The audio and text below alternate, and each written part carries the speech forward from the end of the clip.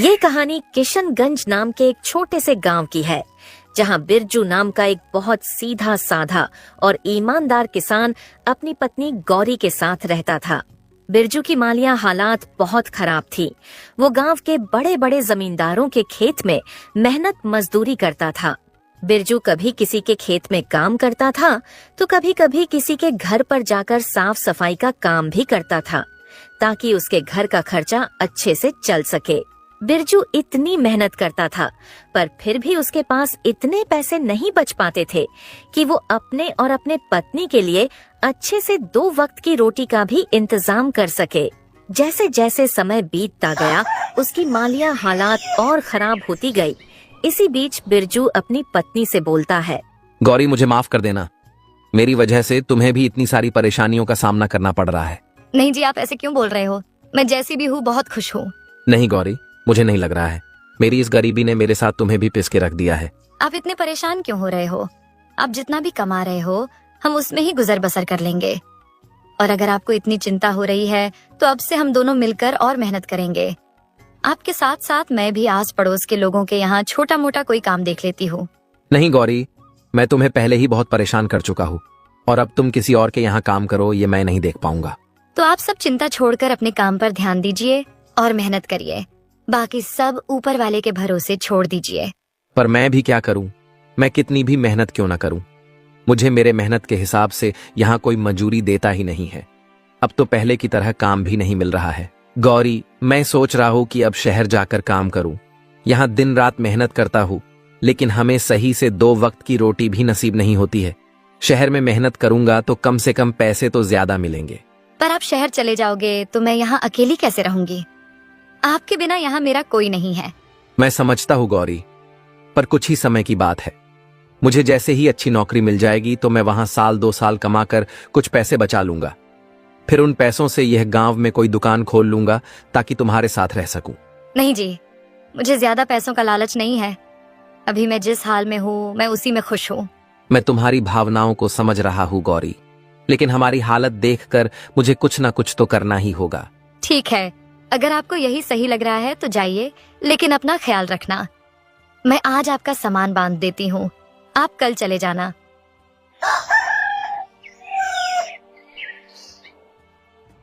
अगले दिन बिरजू अपने सामान की बैग लेकर शहर की ओर चल पड़ता है। पूरे दिन चलने के बाद आखिरकार बिरजू शहर में पहुंच जाता है। जिस शहर में बिरजू काम की तलाश में गया था, वो शहर उसके लिए बिल्कुल अनजान था। उस शहर में बिरजू का ना तो कोई मित्र था और ना ही कोई सखा संबंधी। चलो, अब यहाँ आ तो गया हूँ, पर काम ढूंढने से पहले सर छुपाने के लिए कोई जगह ढूंढ लेता हूँ, ताकि आज रात तो कहीं रुक सकूं। बिरजू सबसे पहले आसपास में दिख रहे होटलों में जाकर वहां रहने के लिए बात करने जाता है, पर वो वहां से हताश होकर बाहर आ जाता है, क्योंकि बिरजू के पास इतने पैसे नहीं थे कि वो वहां का किराया दे सके। बाप रे बाप, इतना किराया एक रात रुकने का! इतने में तो मैं पूरे महीने का राशन खरीद लूं घर का। आखिरकार होटलों के चक्कर मार मार के वो परेशान हो जाता है। एक काम करता हूँ, इन होटलों में रहने से अच्छा किसी भाई के यहाँ रुक जाता हूँ। कम से कम मेरे कुछ पैसे तो बच जाएंगे। फिर बिरजू वहां से आसपास में दिख रहे घरों में जाकर रहने के लिए बात करने जाता है। बिरजू जब एक घर के पास पहुंचा तो वहां पहले से उस घर का मालिक बाहर बिस्तर लगाकर बैठा होता है। भाई, मैं बहुत दूर गांव से आया हूँ और अब शाम होने वाली है, और मुझे रात बिताने के लिए थोड़ी जगह चाहिए। अगर आप मुझे रात भर रुकने के लिए अपने घर में थोड़ी जगह दे देंगे तो बहुत मेहरबानी होगी। तुम गांव से आए हो या कहीं और से, मुझे इससे कोई फर्क नहीं पड़ता है। मैं तुम्हें जानता पहचानता नहीं हूँ, तो मैं तुम्हें अपने घर में कैसे ठहरा सकता हूँ? बहुत से लोग शहर में काम करने आते हैं, तुम कोई नए नहीं हो। जाओ और अपना ठिकाना कहीं और ढूंढो। बिरजू को उस व्यक्ति की बातें बहुत बुरी लगती है, पर वो उसे बिना कुछ कहे वहां से चला जाता है। थोड़ी देर चलते चलते वो एक दूसरे घर के पास पहुंच जाता है, जहां एक महिला बैठी होती है। बहन, मैं बहुत दूर से आया हूँ काम की तलाश में, पर अब कुछ ही देर में रात हो जाएगी, तो आज रात को रुकने के लिए जगह तलाश कर रहा हूँ। क्या मैं आपके यहाँ आज रात रुक सकता हूँ क्या? भाई, मैं आपकी मजबूरी समझ सकती हूँ, पर मेरे घर में केवल मैं और मेरी बेटी रहती है, तो मैं ऐसे ही किसी पराये मर्द को अपने घर में नहीं रुका सकती हूँ। मुझे माफ कर दीजिए। अरे कोई बात नहीं है बहन, आपकी मदद के लिए धन्यवाद। बिरजू वहाँ से भी निराश होकर अपने लिए दूसरे घर की तलाश में निकल जाता है। बिरजू कई घरों में जाता है, लेकिन हर कोई उसे अपने घर में ठहराने से मना कर देता है। ये सब देखकर बिरजू बहुत ही निराश हो जाता है। फिर सोचने लगता है, इस शहर में कोई भी मुझे अपने घर में ठहराने के लिए तैयार ही नहीं है। अब मैं रात में कहाँ जाऊं? मेरी तो कुछ समझ में ही नहीं आ रहा। जब इस शहर में मुझे रुकने के लिए कोई घर ही नहीं मिल रहा, तो मुझे इस शहर में काम कैसे मिलेगा? बिरजू ये सब सोच ही रहा था, तभी उसकी नजर पास वाली एक झोपड़ी पर पड़ती है। बिरजू फौरन उस घर के पास चला जाता है। बिरजू जब उस घर के पास पहुंचा तो उसने देखा अंदर एक बूढ़ी अम्मा बैठी है। बिरजू उन्हें आवाज लगाता है, अम्मा, क्या मैं आपसे 2 मिनट बात कर सकता हूँ? बिरजू की आवाज सुनकर बूढ़ी अम्मा बाहर आ जाती है। अम्मा, मैं इस शहर में काम की तलाश में आया हूँ, पर कोई भी मुझे अपने घर में ठहराने के लिए तैयार ही नहीं है। बस अब आपसे ही उम्मीद है, कृपा करके आप मुझे अपने घर में रात भर रुकने की जगह दे दीजिए। बेटा, तुमने मुझे माँ कहा है और एक माँ अपने बेटे को घर के बाहर कैसे छोड़ सकती है? चलो आओ, अंदर आ जाओ। बिरजू उस बूढ़ी अम्मा के साथ घर के अंदर चला जाता है। फिर वह अम्मा बिरजू से कहती है, बेटा, तुम इसे अपना ही घर समझो। तुम जब तक चाहो तब तक यहाँ रह सकते हो। अम्मा, इस घर में आप अकेले रहते हो क्या? आपके परिवार के बाकी लोग आपके साथ नहीं रहते हैं क्या? बेटा, मेरे परिवार में कोई नहीं है। मेरे पति तो कई साल पहले ही मुझे छोड़ के जा चुके हैं और एक लड़का था, वो भी विदेश में जाकर रहता है। इस घर में मैं अकेली रहती हूँ। माँ, अब आप चिंता मत कीजिए, मैं हूं ना आपके साथ। अब आप इस घर में अकेली नहीं हैं। अब से आप मुझे अपना बेटा ही समझिए। बेटा, तू बहुत अच्छा इंसान है, देखने में भी बहुत भला लगता है। इस शहर में बहुत होशियारी से रहना, क्योंकि यहाँ बहुत ठग रहते हैं। वे नए आदमी को देखकर उसे ठग लेते हैं। ठीक है अम्मा, मैं ध्यान रखूंगा, आप परेशान मत होइए। बेटा, वैसे तुमने कोई काम देखा है या देखना बाकी है? अम्मा, मैं कल शहर में नौकरी ढूंढने जाऊंगा और हो सकेगा तो आपके घर के आसपास में ही किराए पर घर ले लूंगा, ताकि आपके आसपास रहकर आपकी देखभाल कर सकूं। नहीं बेटा, तुम्हें किराए पर दूसरा घर लेने की जरूरत नहीं है। तुम जब तक चाहो मेरे इस घर में रह सकते हो, क्योंकि तुम रहोगे तो कम से कम मुझे ऐसा लगेगा मेरा बेटा मेरे पास है। हाँ अम्मा, ये तो बहुत अच्छा रहेगा, पर मैं एक शर्त पर आपके घर पर रुकूंगा कि मैं जो किराया किसी और को देने वाला था वो मैं आपको दूंगा। ठीक है बेटा, चलेगा। फिर क्या था, बिरजू अम्मा के साथ उनके घर पर रुक जाता है और आज की रात वो उनके यहाँ खाना वगैरह खाकर सो जाता है।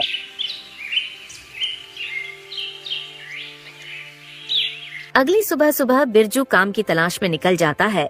जल्दी ही उसे एक सेठ के गोदाम पर काम मिल जाता है। बिरजू कभी भी सेठ के किसी भी काम से इनकार नहीं करता था और वो हर काम को लगन और ईमानदारी से करता था। बिरजू के काम के प्रति मेहनत और लगन को देखकर सेठ बिरजू से बहुत खुश रहते थे। बिरजू को इतनी मेहनत करते देख सेठ बिरजू की पगार भी बढ़ा देते हैं। बिरजू अपनी कमाई से सिर्फ उतना ही खर्च करता था जितने की उसे जरूरत होती थी और बाकी बचे हुए पैसे को वो एक छोटी सी थैली में बचत किया करता था। शहर में काम करते करते बिरजू को अब कुछ दिन बीत जाते हैं। ऐसे ही एक दिन बिरजू अम्मा के घर के बाहर बैठे बैठे सोचता है, जब मैं 10,000 रुपए जमा कर लूंगा तब मैं पूरे पैसे लेकर अपनी पत्नी के पास चला जाऊंगा। फिर गांव में कोई अच्छी सी दुकान खोल लूंगा ताकि गांव में अपने पत्नी के पास रह सकूं।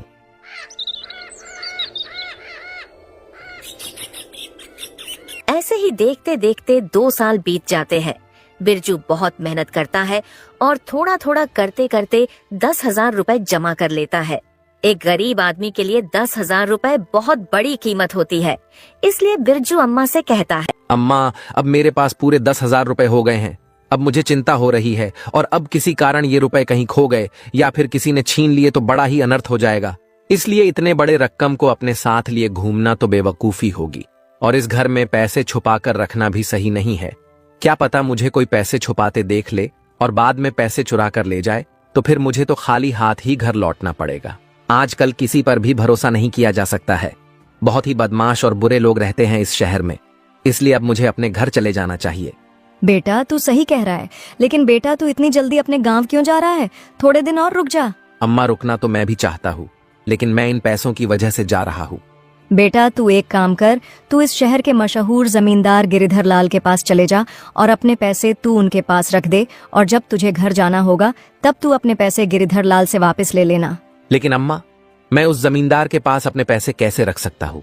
क्या पता कल के समय पर वो पैसे देने से मना कर दे तो? बेटा, गिरिधर लाल बहुत ही ईमानदार और नेक आदमी है।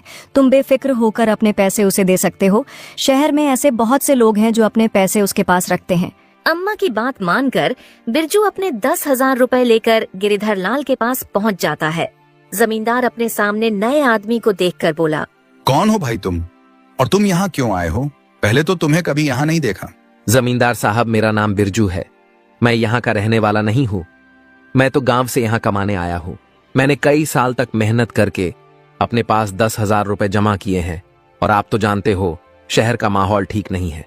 इसलिए मैं अपने पूरे पैसे आपके पास एक अमानत की तौर पर रखने आया हूँ।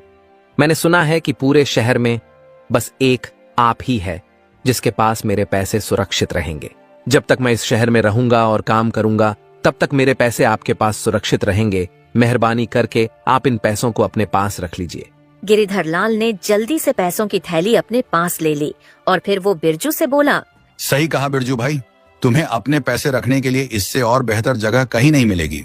इसलिए अब तुम चिंता मत करो। अब तुम्हारे ये पैसे मेरे पास सुरक्षित रहेंगे। अब तुम बिना किसी चिंता के अपने घर जा सकते हो। जब भी तुम्हारा मन चाहे अपने पैसे वापस ले जाना।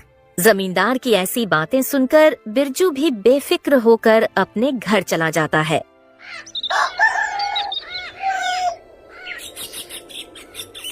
फिर कुछ समय और बीत जाता है। देखते देखते और 1 साल निकल जाता है। बिरजू अपने काम में मग्न रहता है। ऐसे ही एक दिन बिरजू जब पलंग पर बैठा हुआ था, तभी उसे उसकी पत्नी गौरी की बहुत याद आने लगती है। अब बहुत समय हो गया है। देखते देखते 3 साल गुजर गए। अब तो मुझे गौरी के पास जाना ही होगा। अब जब बिरजू अपनी पत्नी के पास जाने का निश्चय करता है, तो वो सबसे पहले अम्मा को सारी बात बताने चला जाता है। अम्मा, अब बहुत समय बीत गया है। अब मैं सोच रहा हूँ गौरी के पास चला जाऊं। मैं तो उसे कहकर आया था 1-2 साल में आ जाऊंगा, पर अब मुझे यहाँ कमाते कमाते 3 साल हो गए हैं। ठीक है बेटा, जैसा तुमको सही लगे। फिर क्या था, बिरजू अपने घर जाने की तैयारी करके जमींदार के पास अपने पैसे लेने चला जाता है। जमींदार साहब, मैं अब अपने गांव जा रहा हूँ, इसलिए मैं आपके पास अपने पैसे लेने आया हूँ। कृपा करके आप मेरे पैसे मुझे लौटा दीजिए। जमींदार बिरजू को गौर से देखकर बोला, तुम किस पैसे की बात कर रहे हो भाई? तुमने कब मुझे पैसे दिए थे? जमींदार की ये बात सुनकर बिरजू के होश उड़ जाते हैं। साहब, मैंने कुछ समय पहले ही तो आपके पास 10,000 रुपए अमानत की तौर पर रखे थे। 10,000 रुपए? अरे इतनी बड़ी रकम है जो तुम्हारे 7 पीढ़ियों ने भी देखी नहीं होगी। वैसे तुम्हारे पास कहां से इतने पैसे आ गए? और तुम्हारे पास क्या सबूत है कि तुमने मुझे 10,000 रुपए दिए थे? साहब, मेरे पास कोई सबूत तो नहीं है, पर लोग कहते हैं कि आप बहुत ईमानदार हो, इसलिए मैंने पैसे देते वक्त आपसे कोई प्रमाण नहीं लिया था।